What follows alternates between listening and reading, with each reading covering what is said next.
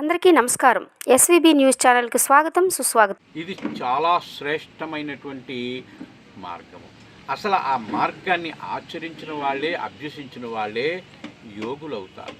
గనుక యావన్ దేశ ప్రజలు ఎవరైతే ఉన్నారో, ప్రపంచ దేశాల్లో నివసించేటువంటి మానవులు ఎవరైతే ఉన్నారో, ఈ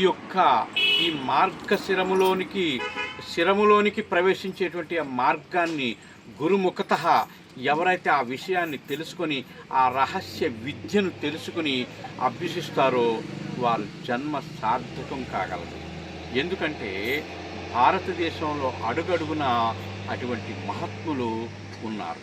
కాకపోతే ఈ జనబాహుల్యంలోనికి వారు రాకపోవచ్చు. ఎందుకంటే హిమాలయాలలో ఎక్కువ వాళ్ళు నివసిస్తూ ఉంటారు. ఎందుకు జనబాహ్యంలోనికి రారు అంటే వాళ్లకు ఈ శబ్దాలు, అల్లర్లు ఇలాంటివేవి కూడా వాళ్లకు కిట్టవు. వాళ్ళు నిరంతరము ఆ నిశ్శబ్దమైనటువంటి ఆ స్థితిలోనే వాళ్ళు ఉంటారు. కనుక ఈ జనమధ్యంలోనికి వచ్చి ఈ అల్లర్లు పాలులు వాళ్ళు ఇష్టపడకుండా వాళ్ళంతటే ఉంటారు. గనుక ఈ యొక్క మార్గాన్ని నేను మోక్షం పొందడానికి మార్గం తెలుసుకుంటున్నాను, నేను మోక్షం పొందడానికి దేవుణ్ణి నమ్ముకున్నాను, నేను మార్గం పొందడానికి పూజలు చేస్తున్నాను, నేను మోక్షం పొందడానికి యజ్ఞాలు చేస్తున్నాను, నేను మోక్షం పొందడానికి తీర్థక్షేత్రాదులు తిరుగుతున్నాను, నేను మోక్షం పొందడానికి ఎన్నో దైవ కార్యాలు చేస్తున్నాను అంటే అవన్నీ పుణ్యకార్యాలుగానే మిగిలిపోతాయి. మోక్షం అనేది భగవంతుడు కూడా ఇచ్చేది కాదు. తనకు తాను కష్టపడి సాధన చేసి అతను పొందవలసినటువంటిది మోక్షము.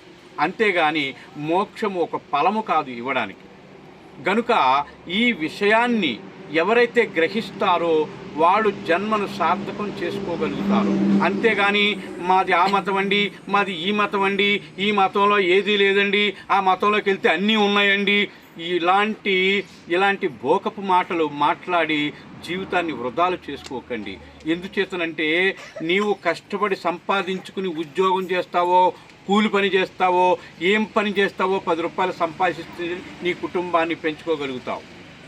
నువ్వు ఎటువంటి సంపాదన లేకపోతే నీ భార్య పిల్లలు, కనీసం జన్మనిచ్చిన తల్లిదండ్రులు కూడా వీడు సోమరపోతని చెప్పి వాళ్ళు నీకు ముద్ర వేస్తారు, అసహ్యంగా చూస్తారు.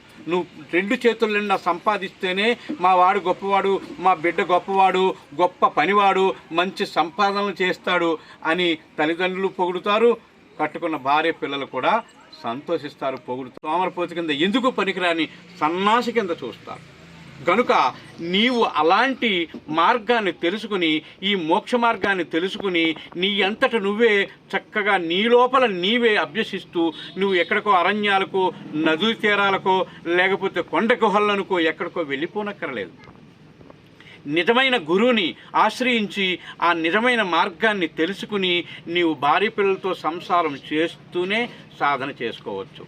కాబట్టి ఈ మార్గశిర మాసము ఎట్టి వారికైనా ఒక మార్గాన్ని సూచన చేసేటువంటి నెల. కాబట్టి ఇది అత్యంతమైనటువంటి ఋషులు ఈ మాసంలో చక్కగా వాళ్ళు అభ్యాసం చేసి చాతుర్మాస దీక్షను విరమించి వాళ్ళు విరామం పొందుతారు. కాబట్టి ఈ మాసానికి ఇంత ప్రాముఖ్యత ఉంది.